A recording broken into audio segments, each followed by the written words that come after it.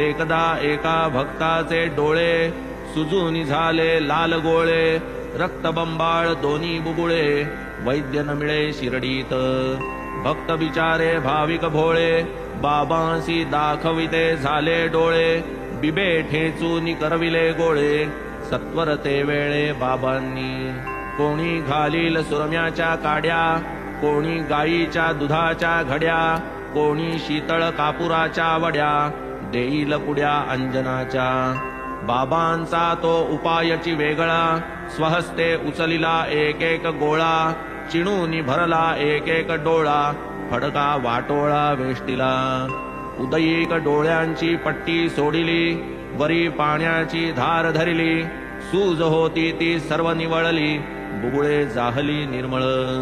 डोळ्या सारिखा नाजूक भाग, नाही बिब्याची झाली आग, बिब्याने दवडिला नेत्ररोग, ऐसे अनेक अनुभव।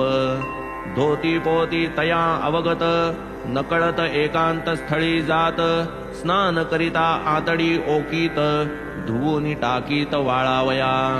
मशिदीहून जितुका आड, तितुकेची पुढे वडाचे झाड, तयाही पलीकडे एक आड, 2 दिवसा आड जात ते। भर दुपारी प्रखर ऊन, कोणी न तेथे ऐसे पाहून, स्वये आडातून पाणी काढून, मुखमार्जन करीत। असो ऐशिया एका प्रसंगी, बैसले असता स्नाना लागी, आतडी काढून लागवेगी, धुवू ते जागी लागले। अजा मारिता तिची आतडी, बाह्याभ्यंतर करून उघडी, धुवून घाली ती घडीवर घडी, निर्मळ चोखडी करीतात।